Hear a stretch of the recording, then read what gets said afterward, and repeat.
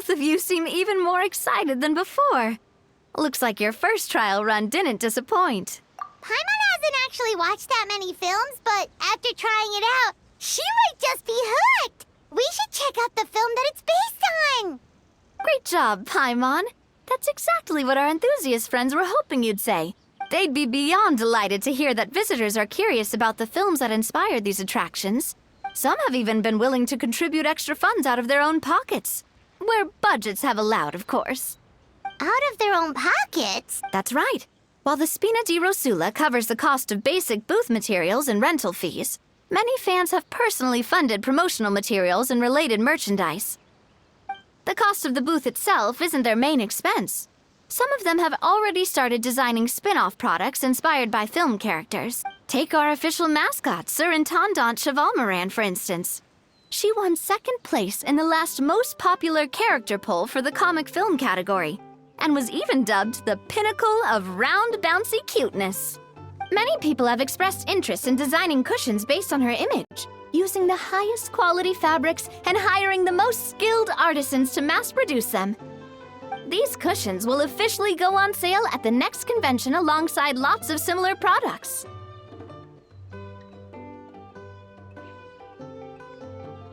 Sounds irresistible, right?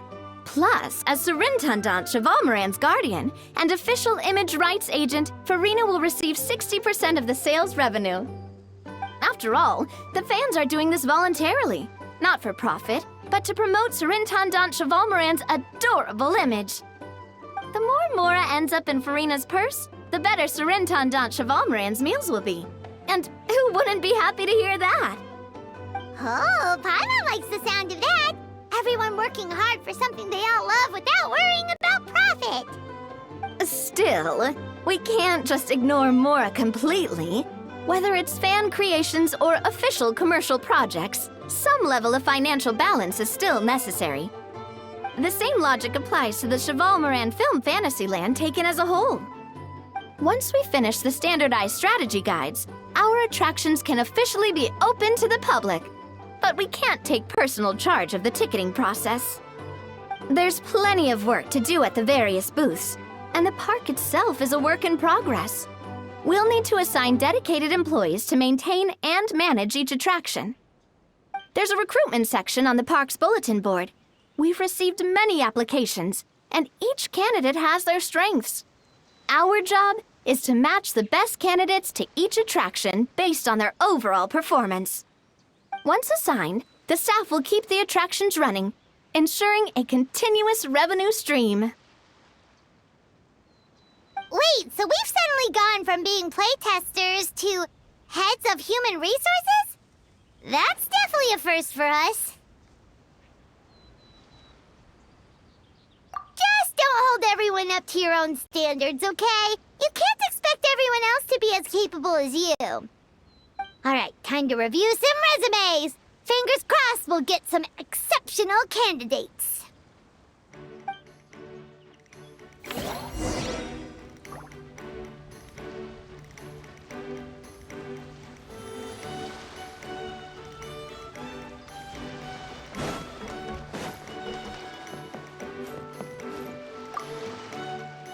When reviewing resumes, pay attention to each applicant's area of expertise.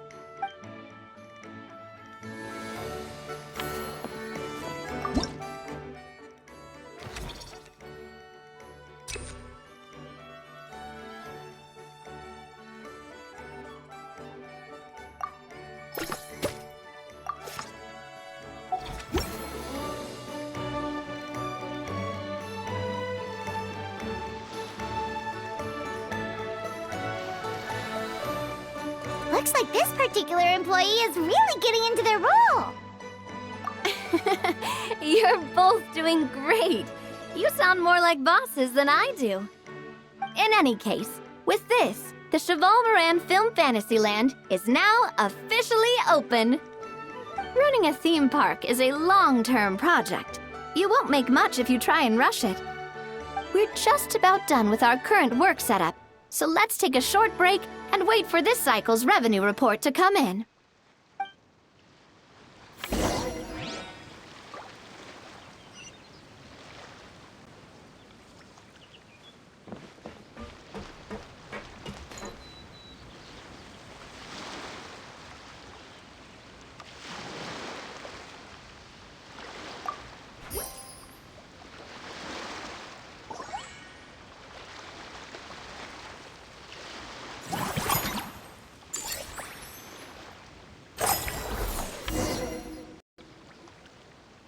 Well, the numbers might not look that impressive, but given that we're just getting the ball rolling, I'd say that wasn't a bad start. Building on this momentum, we must consider rolling out more unique business strategies during the next cycle. To draw in the crowds, I've invited one of Fontaine's very own celebrity chefs, my good friend Escoffier. She'll be performing right here in the amusement park's restaurant. On that note, let's go catch up with her. So, is the restaurant part of our business strategy too?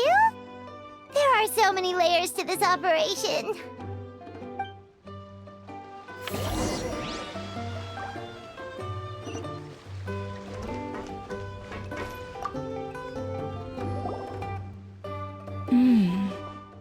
The restaurant is up to standard, and the waterside location will make for a unique dining experience. The beautiful scenic reflections in the water create a stunning backdrop, lifting diners' spirits and allowing them to truly savor their meals. Ingredients, check. Cooking utensils, check. Looks like we're ready to rumble. Hey there, Escoffier! Oh, my employers are here. The president of the Spina di Rosula, plus the famous traveler and Paimon. I must say, you seem a bit overqualified to be running a film-themed amusement park. I'd say that if anyone here was overqualified, it would be the former head chef of the Hotel de Boer.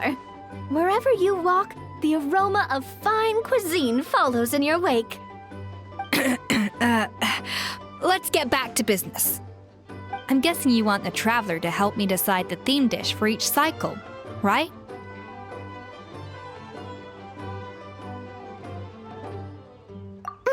This is the business strategy I mentioned earlier. Using Escoffier's top-tier dishes to attract more visitors to the park. But this isn't just about attracting visitors. Her culinary masterpieces will surely have other surprising effects. Just imagine, Paimon, if all you needed was a single ticket to enjoy all the attractions and taste all the legendary food. Wouldn't you be tempted? Then Paimon come every single day!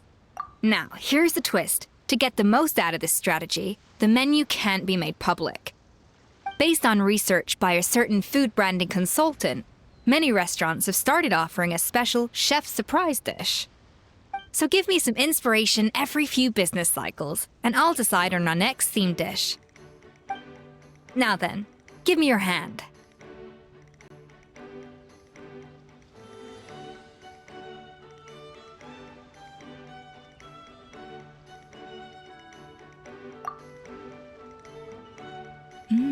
A warm and energetic feel. Your hands are calloused from wielding your sword, but still quite delicate.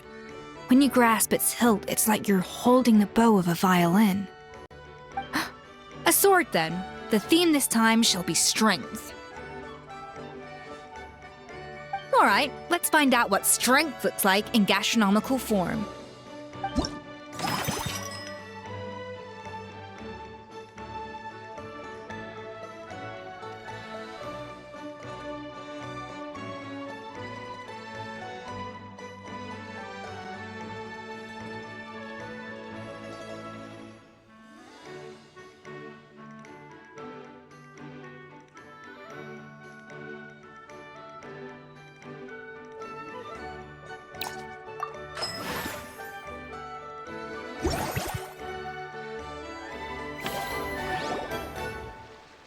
I've refined the sauce for these barbecue ribs.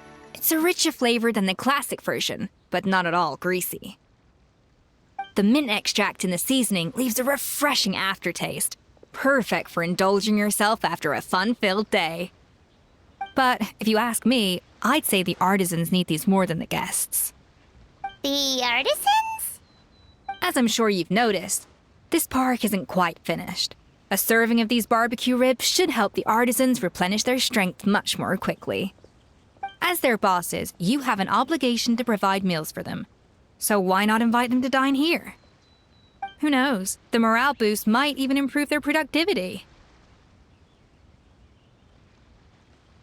Oh, if I recall correctly, you once served up some special fish and chips for the porters over at the Fleuve Cendra. For several days after, the workers were all incredibly efficient. They'd finish 8 hours of work in just 5. And then, because they clocked out early, they'd come back completely refreshed the next day. Then there's no time to lose. Go invite the artisans over while these ribs are still hot. I'll prepare some side dishes and desserts too. That's a great idea! You really live up to your reputation, Escoffier! Looks like these themed dishes are gonna make a huge difference after all. We'll have to make sure we check in with you regularly. The artisans are pumped and ready to roll thanks to that themed dish. And perfect timing, too. Let's take this chance to take the facilities of our eclectic escapades to the next level. Many insects have a compulsion to follow the light, and humans are the same.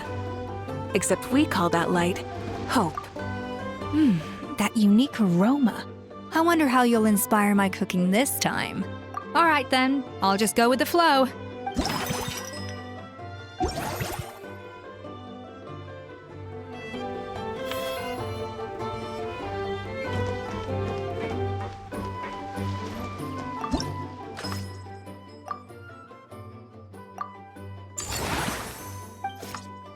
We should be able to attract more customers by upgrading the stall, don't you think? That's right. Based on my business experience with the Spina di Rosula, I've quantified the service value to help you intuitively understand how satisfied customers are with each stall. An attraction will reach its ideal revenue only when its service value meets customer expectations. As we improve and expand our facilities, expectations will also increase accordingly. When that happens, we can deploy more capable employees or invest funds in training to enhance our employees' skills.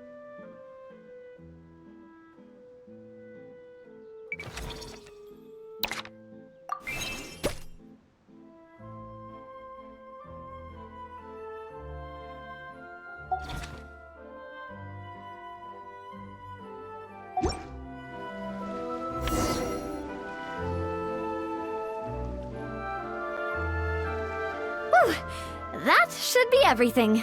Looks like you've pretty much mastered how to run this park. Huh? Have we really? Thinking about it, we have learned quite a lot, haven't we?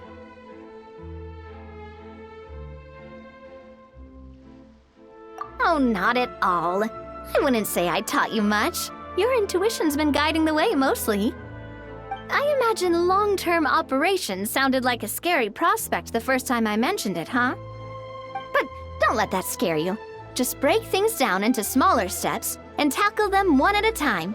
Even if you're not a genius or naturally gifted, you'll get it done in the end.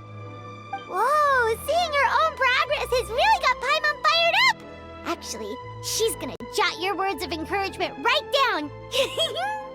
From here on out, we'll be running the Cheval Moran Film Fantasyland together. Let's make it a big success!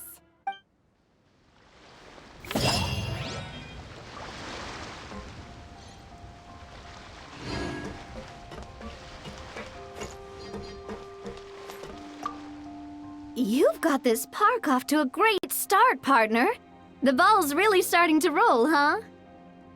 I can't wait to see how it'll all turn out. How exciting!